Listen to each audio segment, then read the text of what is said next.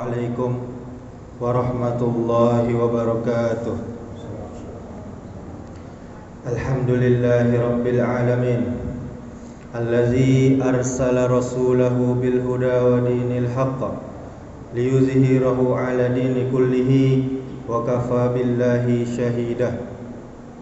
Ashhadu an la ilaha illallah wahdahu la syarika lah wa ashhadu anna Muhammadan abduhu wa rasuluh. Amma ba'du. Bapak Ibu jamaah zuhur yang dirahmati Allah Subhanahu wa taala, kembali kita bersyukur kepada Allah Subhanahu wa taala atas segala nikmat yang Allah karuniakan kepada kita sehingga kita masih bisa beribadah kepadanya. Kemudian salawat serta salam marilah kita mintakan kepada Allah agar menyampaikan kepada Nabi kita Muhammad sallallahu alaihi wasallam.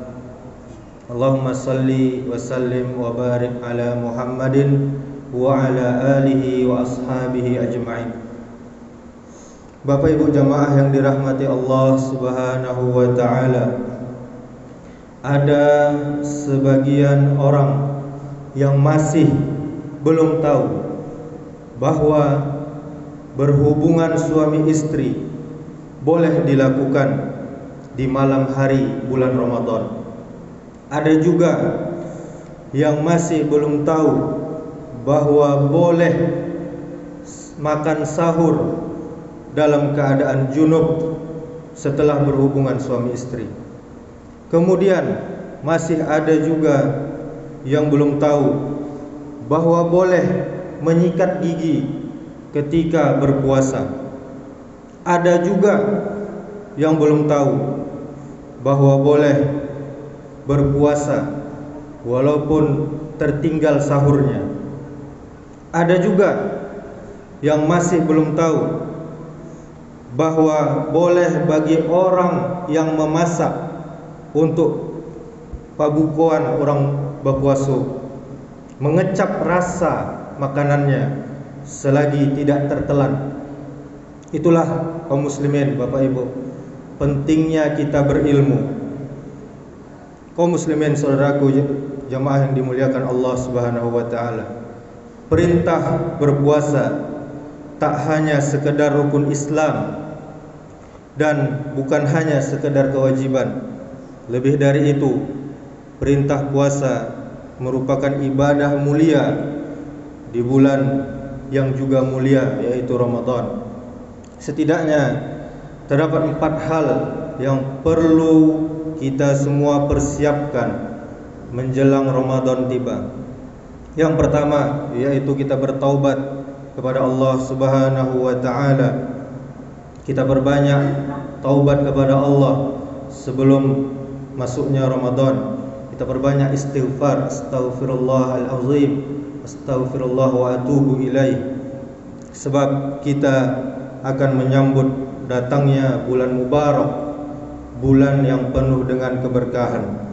Kemudian yang kedua kaum muslimin, kita memperbanyak doa kepada Allah Subhanahu wa taala. Mengapa anjuran memperbanyak doa di bulan Ramadan itu penting?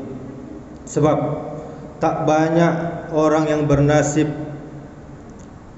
bahagia seperti kita bisa berjumpa dengan Ramadan.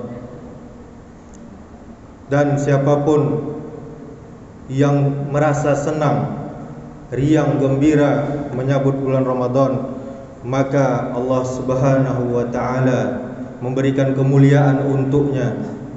Siapa saja yang tergerak dalam hatinya, terbetik dalam hatinya ada rasa senang, rasa sukacita dengan datangnya Ramadan, Allah Subhanahu wa taala memberikan kepadanya keringanan, kemudahan agar dia tidak disentuh oleh api neraka. Kemudian yang ketiga, kita mempersiapkan ilmu, kita belajar tentang puasa. Yaitu apa yang perlu kita pelajari, yaitu hukum-hukum atau fikih-fikih tentang puasa. Orang yang berpuasa tanpa didasari dengan ilmu, maka amal ibadahnya tidak diterima oleh Allah Subhanahu wa taala. Sebelum puasa kaum muslimin, masuknya bulan Ramadan, kita harus tahu mana yang membatalkan puasa, mana rukun-rukun puasa, apa syarat sah puasa, harus kita ilmui semuanya. Dan agar puasa kita menjadi sempurna di hadapan Allah Subhanahu wa taala. Kemudian yang keempat, kita perbanyak membaca, kita perbanyak mendengar, kita banyak membaca buku, artikel-artikel, atau kita memperbanyak mendengarkan kajian-kajian Islam, ilmu-ilmu yang dapat menyempurnakan ibadah puasa kita, khususnya yang terkait dengan tuntunan dan amalan selama kita berpuasa. Kaum muslimin, 4 hal spesifik juga perlu kita persiapkan dalam berpuasa. Yang pertama yaitu kesiapan iman, yang kedua kesiapan ilmu, yang ketiga kesiapan materi atau uang untuk kita berbuka, untuk juga sahur. Kemudian yang keempat, persiapan jiwa atau psikologis. Terjadi perubahan pola makan dan pola tidur, maka secara psikologis kita juga harus mempersiapkannya. Kita camkan perkataan Ibnul Qayyim. Dia pernah mengatakan, orang yang beramal tanpa ilmu itu bagai orang yang berjalan tanpa ada penuntunnya, ibarat orang buta. Sudah dimaklumi bahwa orang yang berjalan tanpa penuntun, dia akan mendapatkan kesulitan, dia akan sulit bisa selamat sampai tujuannya.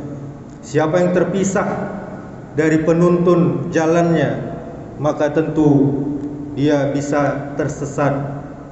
Tidak ada penuntun yang terbaik bagi kita semua selain dengan mengikuti ajaran Rasulullah sallallahu alaihi wasallam. Kemudian kaum muslimin, Bapak Ibu saudaraku sekalian, siapa yang beribadah kepada Allah yang maha mulia tanpa didasari ilmu, maka kerusakan yang dia perbuat lebih banyak daripada maslahat atau kebaikan yang dia dapat, yang dia peroleh. Ilmu apa saja yang mesti kita persiapkan sebelum puasa, yaitu kita ilmui apa-apa saja yang akan membuat puasa kita sah, diterima oleh Allah Subhanahu wa taala. Yang bila tidak kita pahami, bisa jadi ada kewajiban yang kita tinggalkan, atau sebaliknya malah larangan yang kita kerjakan, lalu dilengkapi dengan ilmu yang membuat puasa kita semakin sempurna, yaitu dengan menjalankan sunnah-sunnah berpuasa. Juga kita tambah dengan ilmu mengenai apa saja amalan-amalan utama di bulan Ramadan nanti. Kita ilmui tentang zakat, berapa zakat fitrah yang harus kita keluarkan, kepada siapa kita harus memberikan zakat fitrah kita.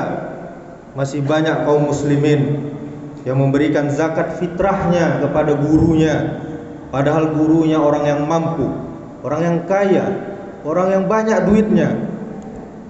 Masih banyak yang belum tahu bahwa zakat fitrah itu diberikan kepada orang fakir dan orang miskin. Kemudian juga kita ilmui mengenai aktivitas sebagian kaum muslimin menjelang dan saat Idul Fitri nanti, dan juga setelahnya.